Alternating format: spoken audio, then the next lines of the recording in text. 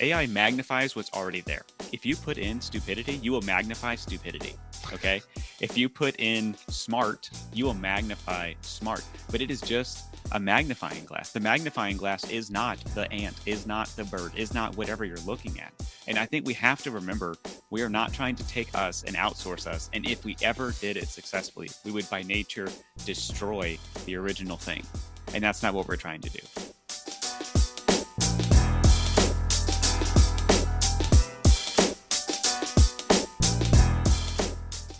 You are tuned into the Only Human podcast, where financial advisors learn how to stay irreplaceable in a world of AI.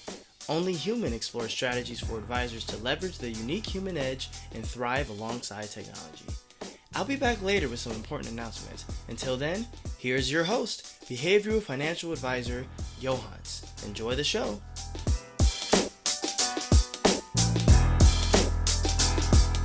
Greetings, welcome back to Only Human, where we talk about being human, because I'm human and my guest, Mark Hansen, he's human, but we both like to use a lot of technology. We are advisors and we are learning how to adapt this AI technology into what we provide for our clients. And I'm so excited to be with each and every one of you today. My name is Yohance Harrison.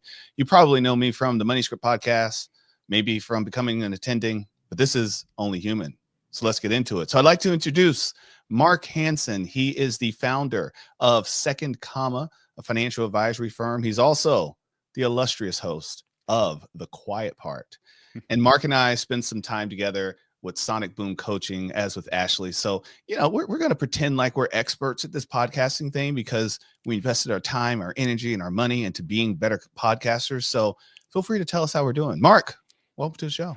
Hey, thanks for having me, man. It's really good to be here. It's good to see you again in your environment. It's good to go. Yes, let's get it. Let's get it. And you see how he's all perfectly framed. He's got his lighting and his camera and he sounds good. We both have headphones in. See, we're professionals at this. If you're an advisor and you want to learn more about having a professional podcast, give one of us a ring. We'll happily introduce you to our friends over at Sonic Boom Coaching because they're awesome. I just gotta say it. They're great. I mean, this is not a commercial for them. It kind of is because he asked me to do that. This is a commercial for them. And it was great. We enjoyed it and we learned a lot, and we learned a lot from each other. That's what we loved the most about it. And you heard me say that when I spoke about Ashley's, when Ashley and I were meeting last time. So welcome back to the show, or welcome to the show for you, Mark. So Mark, today we want to talk about AI does not KYC. And for those of you in the industry, you know what KYC is because we KYC so that we CYA, right? Everybody got it? So KYC doesn't know your client. AI does not know your client. It doesn't matter how much information you feed into your AI system. I don't care if it's Claude or Google. What's Google's called? Gemini? Something. Is that Gemini? Gemini, that's the one. Yeah. Or ChatGPT. AI doesn't know your client. It doesn't. And we get to learn how to use AI, but we have to remember that it doesn't know your client. So let's just lay the foundation first. Mark, tell us how you, as a solo practitioner, are using AI to help scale your practice. So I use it in a lot of different ways. And for clarification, in case somebody's starting to boil over already, no, I'm not taking people's personal identifiable information and dumping it into ChatGPT or something like that. This is more, hey, I want to, this client has come to me and they have an issue with, or they're having an internal issue, they're having a family issue. I want to address it, but I also want to talk about A, B, and C. How do I introduce this meeting topic? And it just really gives me a starting point. It doesn't give me a final product, but hey, I want to say this. I let ChatGPT or whatever, AI du jour do 80% of the work, and then I put the finishing touches on it. But I'm not using my mental energy to put together that entire thing. Does that make sense? That makes a lot of sense. So you're using it more as a time saving tool, or as a what I like to call a writer's block tool, because that happens to me too. Definitely one aspect. Okay. I've also used it a lot with, hey, I want to talk to this demographic of people. What are their common struggles? And then it'll come back with, like I was talking about trying to help business owner families. And it said, business owner families are often trying to figure out how to introduce their children to technology so they can adapt more technology into their lives. And I said, no, they're not. No, they're absolutely not trying to do. Like, technology is self-evident. People, like, there's entire teams of engineers paid millions of dollars to make it to where you don't have to figure out how to teach your children. Hand a 3-year-old an iPhone, they know how to click around on it. It's pretty amazing. But I can go back and forth. I can kind of spar with AI, and I can say, I don't think that's correct. And you can kind of shave off those edges, and it helps me clear out and clarify what I'm trying to say. And then I could say, hey, give me 6 different ways that you might say this in a way that is not too directional towards giving a specific advice. And I just get to see nice middle of the road stuff. And I can kind of say, that is my tone, that's not my tone. And then I can absorb some of that into my meetings and say, I do want to talk like that. That is how I want to talk about a 1031 exchange, a reverse 1031 exchange, cost segregation, something like that. Got it. So you're not only, I heard you say that you're using it, sounds like, for some of the upfront marketing conversations. You said how to have a conversation with a business owner or a family owned business, and you're using it with how do I introduce topics to a client, whether it may be a topic you're not as familiar with, and how to get those prompters to ask questions to the client to get more from them. And then also a strategy. So here's a strategy that a client wants to implement. What are some things we should be thinking about? What are some ways to maybe go about the implementation of it? Are you using any of the tools that are out there that help with the plan writing from an AI perspective, with actually delivering the advice?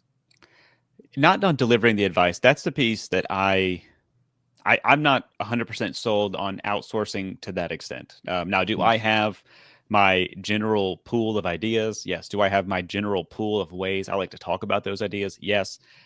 It maybe in the future, is there a way to systematize that? Maybe. But right now, I think it's important that I'm holding that piece. I don't trust AI enough. I don't think that it knows enough about the actual client to tell them what I want to tell them, how I want to tell them, knowing everything about their situation, and knowing that in our previous meeting, we just got cut short because they had a family emergency and they didn't even get to finish. They're carrying that burden with them. And that's not something that I could just type into ChatGPT and say, I want really good financial advice for a business owner who's got 5 million in revenue, has a profitability problem. And in our last meeting, they just found out that they've got a multi-year series of doctor's visits coming up for their middle child. ChatGPT can't do anything with that. That's me. Does that make sense? That makes a lot of sense. And even if you wanted to think that ChatGPT could, going back to what you said, they don't know your client. They don't know how to step into that conversation. It's not people. It's not human. Yes. Insert title of show here. It's not human. That is why we have to your point, there are pieces of the work that we're doing with clients that we have to reserve for our brains and hearts to do the hard work. We can't hand it all off to AI. But you mentioned earlier something that I want to speak on a bit, is there are things that you will notice as an advisor that you say over and over and over again to different clients. For instance, when a client says, well, what's a backdoor Roth IRA? That is something I think AI can answer the question and get it in a way that sounds like you, that you can copy and paste and say it over and over and send it in an email or in a communication. But I will warn you that don't throw your brain out of the window, because I like testing AI a lot. I don't know if some of you may remember when AI, this was about 6 months ago when it made this mistake, when it was told to spell strawberry and it spelled it with only 2 R's instead of 3. And it knew that it was correct. Most recently, there was a gentleman that asked AI to provide a 512-digit prime number. And it gave one, and then it lied about how it came up with the prime number. And it kept the lie all the way going, no matter how many questions they asked. And the person was like, look, the AI is obviously lying. So he was a mathematician beyond my capabilities whatsoever. It was like, oh, 512-digit number, it's got to be prime. Apparently it wasn't. Yeah, my prime number stopped at like 3 digits. 133, I think that's one. Or I could be wrong. But AI, at one point, I asked a simple question because a client asked me the question, and I said, I knew the answer. I was like, I wonder what AI will say. And the question was, can a husband and wife both max out their HSA plan. Now, for those of you at home or in your car or driving to work, whatever it is you're doing, what's the answer to that question? I hope we said no. The answer is no. They both can't max out their HSA. But guess what? ChatGPT said they could. Okay. So imagine if I believed that AI was correct and I took that information and then gave it to the client. Okay. But think about how many of your clients are out there asking their ChatGPT, their Google, what is Google? I keep forgetting Google's name. Gemini. I should know that. Yeah. I was born in June. But asking Gemini these questions and getting bad advice, because guess what? AI doesn't know your client, and AI doesn't always know the tax law. So a tip for those of you that are starting to try to introduce AI and using it for information gathering, for prompting your marketing, anytime it gives you an answer, ask it for its sources. Say, hey, that sounds great. What are your sources for this? And especially if it's something that has anything to do with taxes, say, can you point me to the IRS document that you pulled this from? If it can't take you to a website that ends in .gov with IRS in front of it, grain of salt. Okay. Do some more research. Reach out to the CPA, reach out to the tax attorney, reach out to the enrolled agent. Do some more research. Don't just take it on its face value, because sometimes it'll give you wrong information. Mark, have you ever experienced where AI just got something totally wrong for you? Oh yeah, there's been times where AI is a very interesting thing. The more like because we do a lot of it in these conversations. The longer your conversation goes, the more confused AI becomes. Not the It's when it smarter starts hallucinating. Yeah. it The starts hallucination. hallucinating. Yeah, and so it is very interesting that the more you use it, you're having to actually start over. I used AI to write um, an app for my phone. I wanted a custom app, so I used it. I know nothing about coding Android apps, but I've made one. It's on my phone. It's a real thing. But in that process, I learned so much about if you talk to it for too long, it can become confused. And if you don't consistently give it more framework and more guardrails, it will accidentally fall off the cliff. And it did it all the time, where it would delete one function simply to add the next function, which then would break the entire thing. AI has a really hard time tracking itself. And it also has outdated information. I think if you read just about ChatGPT, it is like somebody who can read the entirety of the internet. And that sounds so wonderful. That sounds so special. But it is not real time. So something happens today. ChatGPT probably won't even start to intake that information until 6 more months from now. And so it is never live. And we have to remember that. And you get some hallucinations, you get some false data, you get some false assumptions. There was one time I was trying to figure out, we were having a discussion about weather, and everybody knows that The Quiet Part is a secret weather-based podcast. But I was trying to figure out what was the largest recorded hailstone ever. And the largest recorded hailstone, I knew this fact outside of AI, it was the size of a cantaloupe. And I thought, that's insane. And so I wanted to know, how much would that weigh? And so I asked ChatGPT to calculate how much would an ice cube as big as a cantaloupe weigh. And I wish I could find that chat and just show you the number of times one question, it could not give me the answer. It had all kinds of calculations, but it could not come to a conclusion. And I thought, I'm not that great at math, but I could have figured this out by now. I'm sorry. I was having flashbacks. We had a hailstorm here in Texas a few weeks ago, or I guess about 2 months ago now. It lasted no more than 15 minutes. Golf ball sized hail. Oof. My truck was out in it. Ooh. 160 dents. Yeah, that was painful. So it's, yeah. Anyway, so sorry, flashback. It's all fixed now. It's great. Nothing a little insurance can't take care of. Insurance, there for when you don't want to pay for stuff that happened. Yeah, Insurance. Insurance is one like a real example. I had a client who family business, somebody who I didn't want to have too much insurance, but I didn't want to have too little. But he was heavily against having insurance, and I did use AI in that instance. And I said, I think this person, generic name John, I think John should have A, B, and C policies, but John doesn't think he should have those policies. John owns X, Y, and Z. And this is why I think he should have these policies. Can you put together some phrasing on how I can gently try to show John that he's currently exposed, and that although he is against the idea of insurance, it's actually in his best interest. I have used AI in that kind of an instance, and that was really helpful. Just, hey, in plain English, how would you explain this to someone like over a cup of coffee or a beer? And that's a really fun way to get ChatGPT to explain stuff back to you. Yeah, my favorite is I typically will use third grader, ninth grader, college student. Okay. So I will say, explain this to me as if I'm a third grader. Now explain it as if I'm a ninth grader.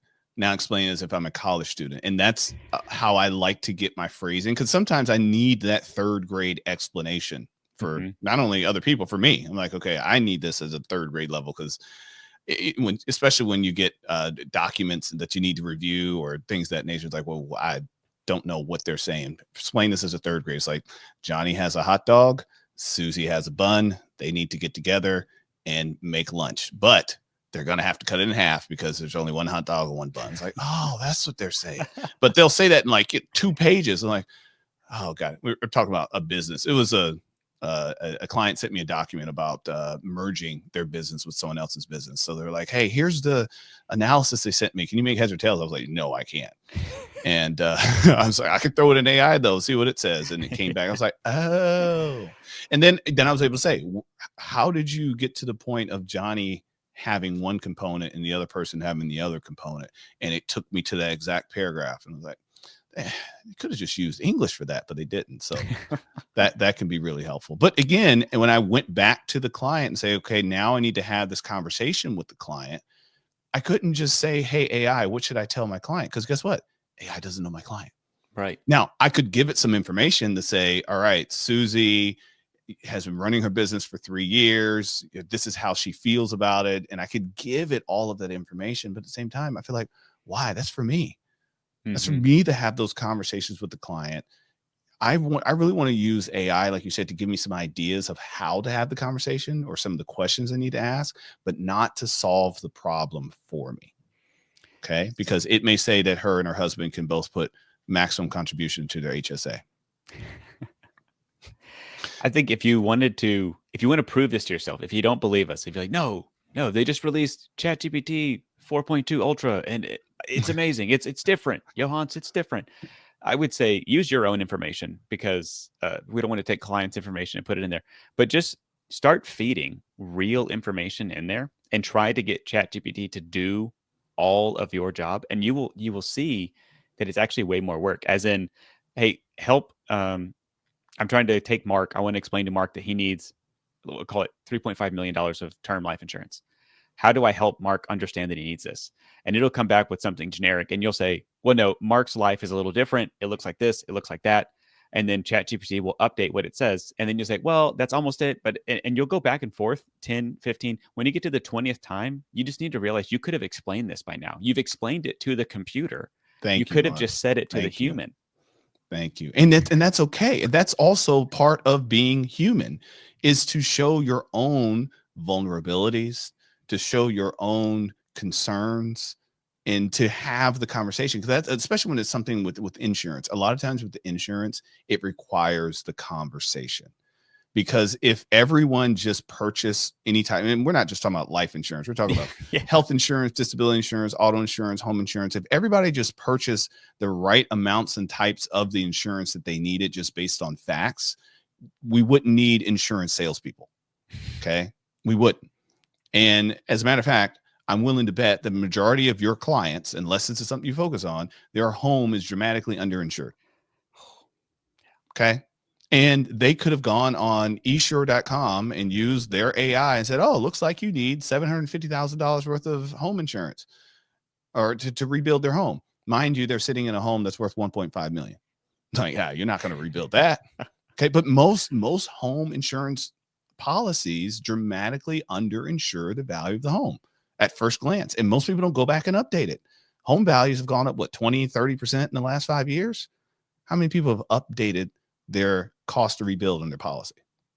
Okay. So again, that's where we as humans, when it comes to those especially insurance conversations, they need us to have the conversation with them to figure out what their hangups are, to figure out why, why they're so afraid to separate themselves from the premium in order to get the coverage that they need. The same is true as we were going through, which I know it's calmed down. By the time you all hear this, maybe it'll be even calmer, or it would be worse. I don't know. This whole tariff thing, the market went bananas for like 2 weeks on the tariffs, and now it's quietly just calmed down. And as Mark was saying, AI really, I tried to even talk to AI during, I was like, oh, you guys haven't even caught up. And I had to tell them, go read this recent Wall Street Journal article. And they're like, oh, really? I mean, AI was shocked too. It was like, really? That just happened? Like, yes, AI, that just happened. Like, is this a movie plot? It will be soon. But what our clients need is the conversation. I think it was Carl, the artist Carl Richards said best in one of his paintings. He said, it showed what I need when the market's going crazy, and it was a bar chart, and it had facts and hugs, and hugs was bigger than facts. Okay, and that's in the hug. That's that emotional component that we bring to the table that our clients need, especially in their time of need, especially in a time where things are very volatile. So any closing thoughts there, Mark, on AI not knowing your client, that you know your client, and how to use it as a better tool? Yes, I would say for anybody who feels like they're behind the curve on AI because they don't know enough or because they haven't utilized AI enough, that's not, I don't think that's the goal. The goal isn't to take Mark and recreate him as an AI, because then you actually, if you were to successfully do that, you would also by nature destroy Mark. I think it's important that we understand these are two totally separate things. One, AI can help Mark get to a solution faster. AI can help Mark think of it in three different ways simultaneously. AI um, AI magnifies what's already there. If you put in stupidity, you will magnify stupidity. Okay. If you put in smart, you will magnify smart. But it is just a magnifying glass. The magnifying glass is not the ant, is not the bird, is not whatever you're looking at. And I think we have to remember we are not trying to take us and outsource us. And if we ever did it successfully, we would by nature destroy the original thing. And that's not what we're trying to do. Hopefully, some of that sinks in somewhere. Talk about a hot take. My goodness. Thank you, Mark. All right. So here's the fun part of the show. Now, we had some changes in personnel here at Manuscript Wealth. So as we were preparing for this show, have to admit, Mark didn't get all his preparation tools, which is okay. That's not like us, but it was easier because I was like, oh, it's Mark. He'll be good. He's a professional because he went through Sonic Boom coaching and he did great. So here's the part of the show that you may not be as familiar with. So Mark, we like to play a game here on Only Human where we talk about the technology that we use as advisors. And we're going to put the technology, we're going to put three pieces of technology into three different categories. Marry, divorce, and maybe date on the side. Okay. Okay. So what technology are you absolutely married to and will stay married to forever to death do you part? What piece of application or technology? What are you? What technology or application should be software? Think software like apps that we use. Do you absolutely want to divorce? And what is up and coming that's starting to get your eye? You know, like the little meme where the guy's walking with his girlfriend, he's turning and looking behind him. Okay. Let's say the one on the side, that's Airtable. I'm starting I don't know a lot about Airtable. What is Airtable? Airtable is just like a spreadsheet on steroids. It's, think of just two-dimensional storage, but it's got like it's like building a third dimension. Airtable has the third dimension where you can store different types of variables inside of the spreadsheet.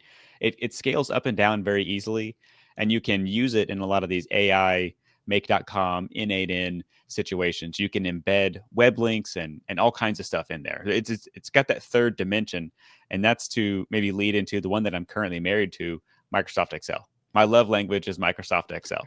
But I'm definitely starting to get some side eyes for Airtable, and I don't know what's going to happen there, but I'm interested in seeing. What would I divorce? I'm trying to think. I think if pretty much any. I think I'd be totally happy getting rid of all and any social media. I spent a couple of years doing that, and then got into this line of work, and was like, actually, I need a social media presence because I want to be able to reach people on platforms. But I think I could be okay without social media. I like networking face to face. I like the only human aspect of networking. I'd be okay leaning into that and divorcing social media. Got it. Got it. Beautiful. Mark, thank you so much for sharing with us on Only Human. Please do us a favor. Tell everyone how they can find you. You can find me on all the major platforms, but the one that's easiest to get a hold of me is going to be LinkedIn. So just search for Mark Hansen. That's Hansen, not like Hansen, the boy band from the 90s. Hansen like the soda. There you go. Yes, Hansen like the soda. Hansen soda? Yes. Oh, man. All these new sodas popping up, the Oli or Obly, and like, where's good old fashioned Hansens? But yeah, those are finer days back then. So do yourself a favor. Share this with someone else. How does that do a favor for you? Because now you can have a conversation with them about what you learned, and you can try different things out, and you can bounce ideas off of each other about AI. Do yourself a second favor. Play around with AI a little bit. Okay. You're going to have to get used to it. It is today's electricity. Okay. It's going to be a part of just about everything that we do. It just has the fancy buzz name right now, AI, but it's going to be a part of everything that we do soon. So it's one of those things where it's like, you're going to have to get on the train eventually. If you don't, you will get left behind. As we said, it's not going to replace you, but those that know how to use it will. So until next time, we'll see you on the Only Human podcast. Please subscribe, like, heart, share, do all those cool things that we do on social media. And we'll see you next time. Take care.